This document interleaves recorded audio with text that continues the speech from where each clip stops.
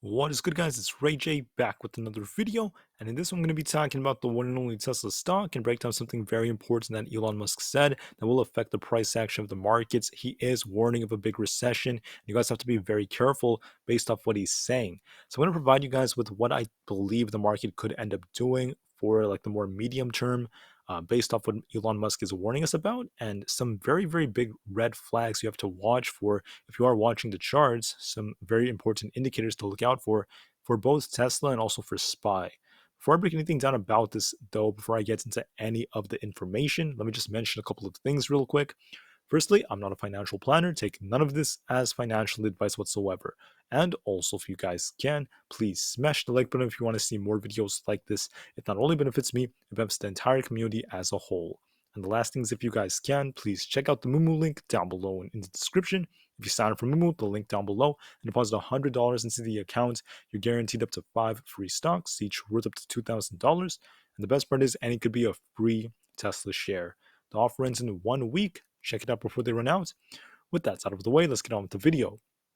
So one thing I want to mention is that when we zoom out on the charts, like on SPY, you will notice that the price action is extremely volatile and we have all these crazy swings. And then if you look at the last few months, the reason why my chart is like this is because I have extended hours open, by the way. But if you look at the daily, for example, right, we're just going back and forth and back and forth. We've been stuck pretty much between these important levels. We've been stuck between this like 380 to about 420 zone for many months, going back and forth and back and forth. Not a whole lot has been going on, basically. And you'll also notice that there have been a lot of Fridays, especially when the market gets these squeezes. Look at the last like 8 weeks. I think it happened at least 5 or 6 times out of the last 8 weeks where the market gets these crazy runs on Fridays. That's oftentimes because of the options chain, because so many people are just shorting the hell out of the markets. And what happens is the market makers have tried to hold the markets up because too many people are expecting a crash. And that's part of why the market's holding up so well. But the question is, will the market keep holding up this well? Or is the market going to see a crash? What could cause a crash? Elon Musk has a very interesting perspective, and I think there's a lot of truth behind what he's about to say. So Elon Musk, anyways, he said this, I believe it was back right before the FOMC meeting. He said that the Fed data has too much latency. The mild recession is already here. Further rate hikes will trigger a severe recession. Mark my words. Now, I did mention this on the channel earlier because this came out just a couple of days ago, but I never provided you guys with the context about what this means for the stock market.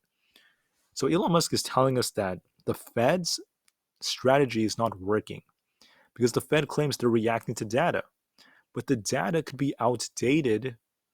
The data could be delayed by the time it actually comes out, by the time the Fed makes their moves. And he says it's a big problem. There's too much latency. He also has been against the Fed raising rates this high. He believes they're going too high too fast, and he's warning that the more they raise rates, the more severe the recession is going to be. And he's saying we're going to see a severe recession. In the past, he said the recession is going to be comparable to 2008. Tesla did warn of a potential recession or recessionary environment during their earnings call. Elon Musk told us that a lot of the pain that we're seeing and the pain we're going to see is not Tesla's fault. It's because of external macroeconomic factors. We're in a period of potential economic stagflation. This is becoming a bigger issue for everyday Americans as inflation is soaring. The Fed has a lot of work to do. They're not going to settle for a 3% inflation rate. They want 2%. The Fed is being aggressive in a way. They have very aggressive rate hikes. And because of all the stimulus, it's taking a while for us to see the real effects of these hikes.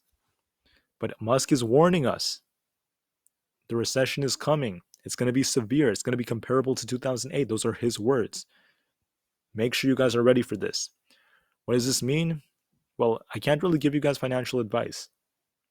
But what do you guys think you should do during a recession? That's your own choice. I would personally not really spend way too much money aimlessly. I'd be very intelligent with my money, try to be more frugal, be very careful, and be ready because job losses are coming, a large wave of them, and we have to be prepared for this. Musk is warning us, and I agree with his point. Do I think it's going to be as severe as like 2008? I'm not sure, and I wouldn't really expect that, but I still believe it's going to be severe.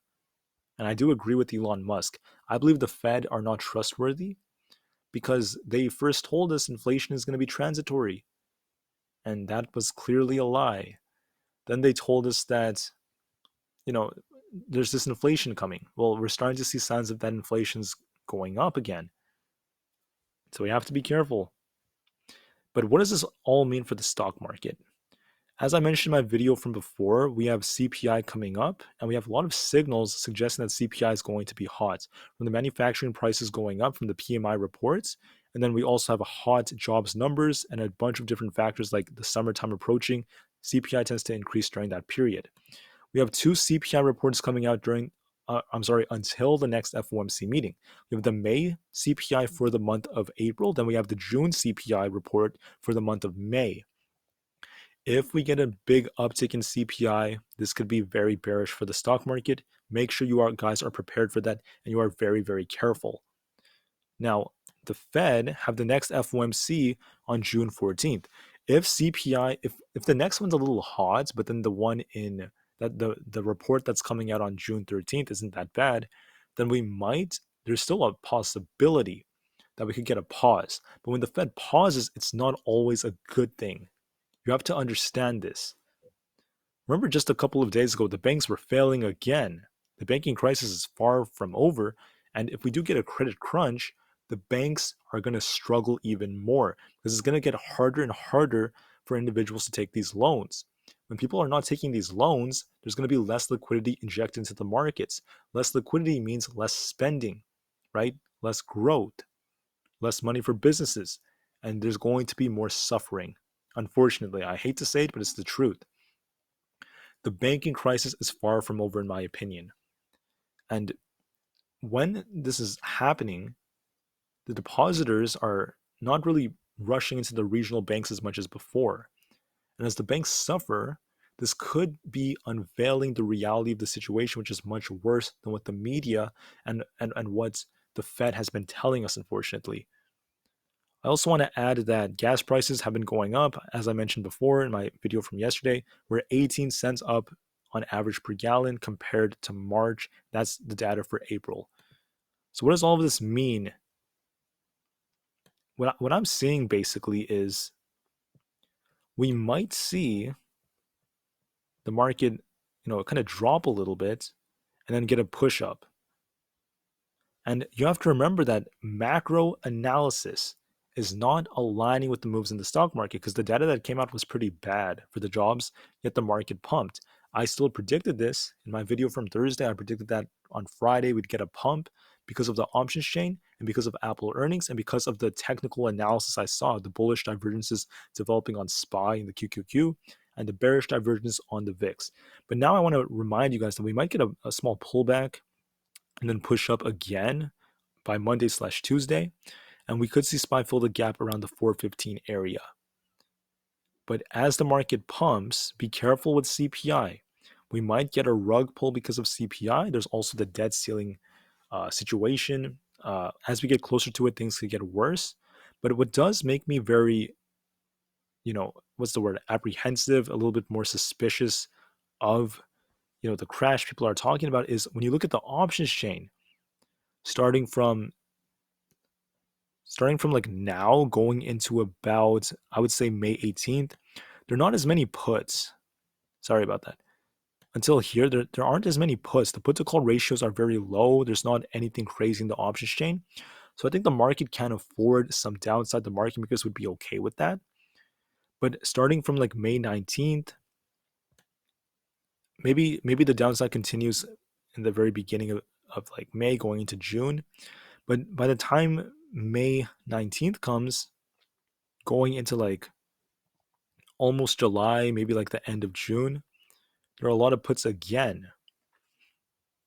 So this is making me suspect that we could get a pullback, a very healthy pullback, because the market tends to pull back in May as well, and maybe the data is not so great. Maybe the debt ceiling news and the banks and the situation right now could cause a correction.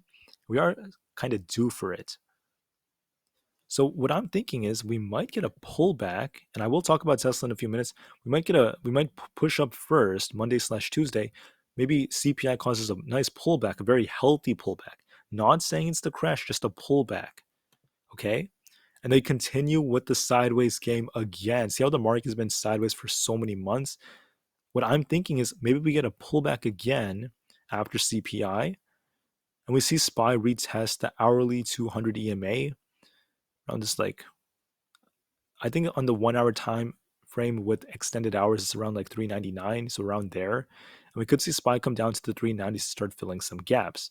But then here's the thing. Maybe by the June meeting, the Fed pauses. Because if the Fed pauses, this is the exact time. It makes a lot of sense. They might try to get the market to hold up approaching the FOMC meeting. And then during the meeting, the Fed might pause either during the June or July meetings, and the market might rip to the upside again. And I will talk about Elon Musk in a few minutes. Just be patient with me. So, with all these shorts, especially as we're getting closer to the FOMC meetings, there's so much shorting for the end of May going into July. They might pump the markets during that time frame again. It's kind of like we're in a cycle, we're in a loop, and we're just going back and forth. This may continue for a few more months, unfortunately. And that's what I'm thinking. I, I, I don't know for sure. I'm obviously not a fortune teller, and it's very hard to predict so many weeks into the future, but that would be my best estimate. And I just want to make this video just to give you guys an understanding. I'm also going to talk about the crash in a few minutes. But basically, that's what I'm seeing. However, going back to Elon Musk is saying there's a recession coming. So where is the crash? Where is the real pullback?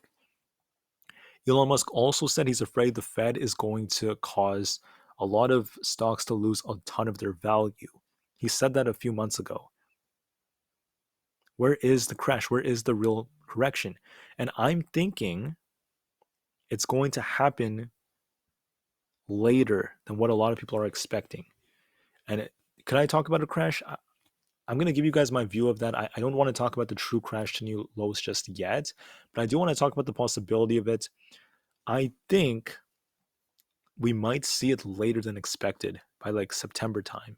September, maybe like after July to August, maybe around that period, because earnings will start to look bad. Why will earnings look bad? Because earnings recession is coming. Earnings are likely going to start declining a lot. And there's going to be a lot of recessionary fears. And it's going to be blatantly obvious that we're in a recession by then. So, yeah, I mean, I'm thinking maybe the bigger correction comes later on. But will the correction lead to new lows? I'm sure that's what you're probably wondering. I think Elon Musk will be right about the recession. I think there will be more downside maybe later on during the year. I think we're going to remain sideways for a little bit longer, get a small pullback after CPI, then a nice rebound when the Fed pauses, which I believe they still might pause very soon. And they may have to pause because of more bank collapses or something like that. It does not guarantee that the economy is improving or anything like that.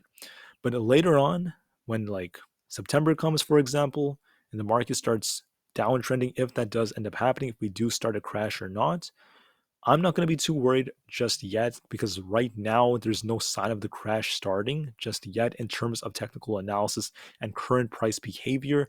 As of right now, SPY has been making higher highs and higher lows and holding up quite nicely. But here's what I want to talk about.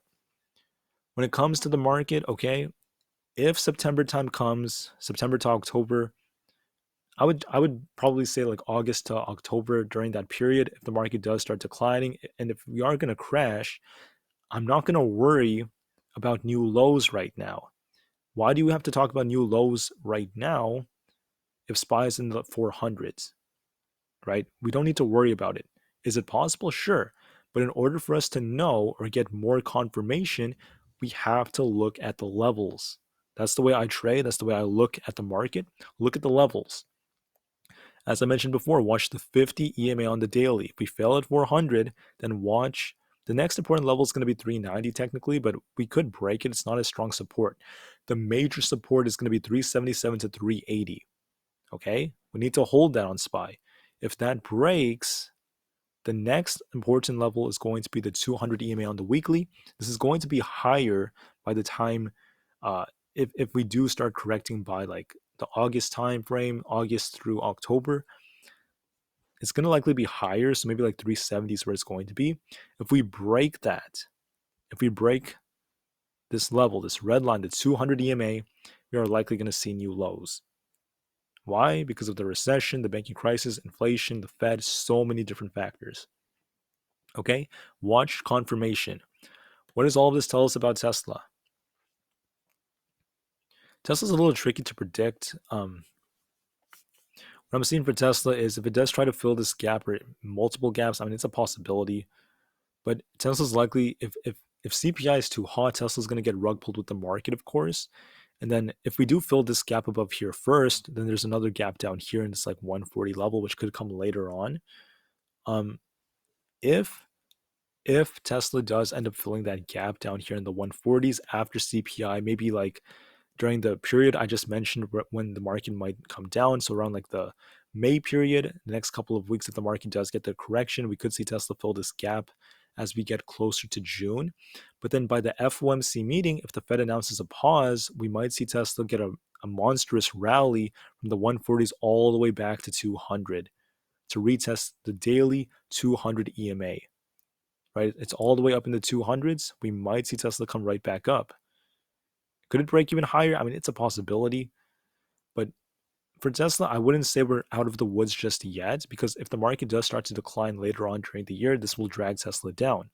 However, Tesla has an extra support, an extra lifeline compared to the whole market. So are we going to talk about this new gap on Tesla, the one that's like way down here, like around 110? I mean, it could still come down, but I'm not going to worry about that yet. I don't see it happening for the short term. We have quite a bit of time until it may happen. But what's good about Tesla is we have huge catalysts coming up. We have the Cybertruck, the Roadster. They're going to be announcing new models in the future soon. They're going to be expanding more. New gigafactories are still coming, lots of growth, earnings. I mean, Tesla is still an amazing company. And I'm still very, very bullish long term. If it drops more, I just buy the dips. Even if you buy it here, I mean, it's going to pay off in the long term. Not financial advice, by the way. But the point is, it's a great opportunity. Secondly, if between the August and October period, if the market does get a big correction and Tesla starts tanking, basically, the good news is it's a buying opportunity, and also there's an opportunity because Tesla has big catalysts. When the Cybertruck comes out, we might just see the share price start improving, so it might not matter as much. Maybe Tesla outperforms the market because of the Cybertruck. Maybe Tesla does not crash as much. That's why it's not a bad idea to just dollar cost average anyways. The more it drops, the more you buy. Non-financial advice, need to say that 100 times. Um, just to keep buying. So even if it just drops and drops, you can just buy and buy and buy and you'll be fine. I'm very, very excited for the discounts that are likely going to come. And I just want to note that yes, Tesla could push up a little bit, but I would be very, very careful in this market. The market is very manipulated, so is Tesla, and it's best to be careful. There have been more shorts piling into Tesla, and if Tesla does get a monstrous run again, it starts filling its gaps above in like the 170s. Be careful with the shorts because they are relentless. They have no mercy a lot of the time. And even if we do get a crash in the stock market, I'm not scared whatsoever. I'm not intimidated by it. I'll just buy the dips. And I know we're going to get a crazy good reaction once the bulls come back and the bull market returns, the real bull market. Things are going to be fine. Don't let your emotions get the best of you. Just remain super, super calm. And that's what I have for this video, okay? So I think it's very important for me to go over these ideas and these thought processes because when your CEO, Elon Musk, is saying things like this, like the severe recession is coming, don't take it as a joke. You have to be serious about this. Be ready, guys. Everyone out there, be ready. Because a lot of changes are coming to the economy.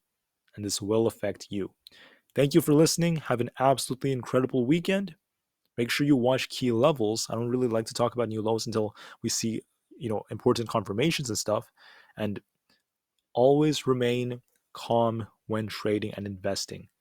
Always let your rationale uh, trump your emotions in a way. Because if your emotions are on ice, if your emotions are too insane, they could cause irrational decisions.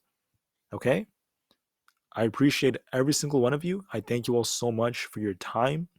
And for this channel, I will be providing a lot more content in the future, better content, better quality, and everything.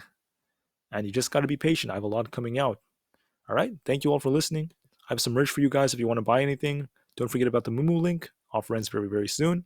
And enjoy your weekends. Tesla to the moon because the long term is very bright. And peace out.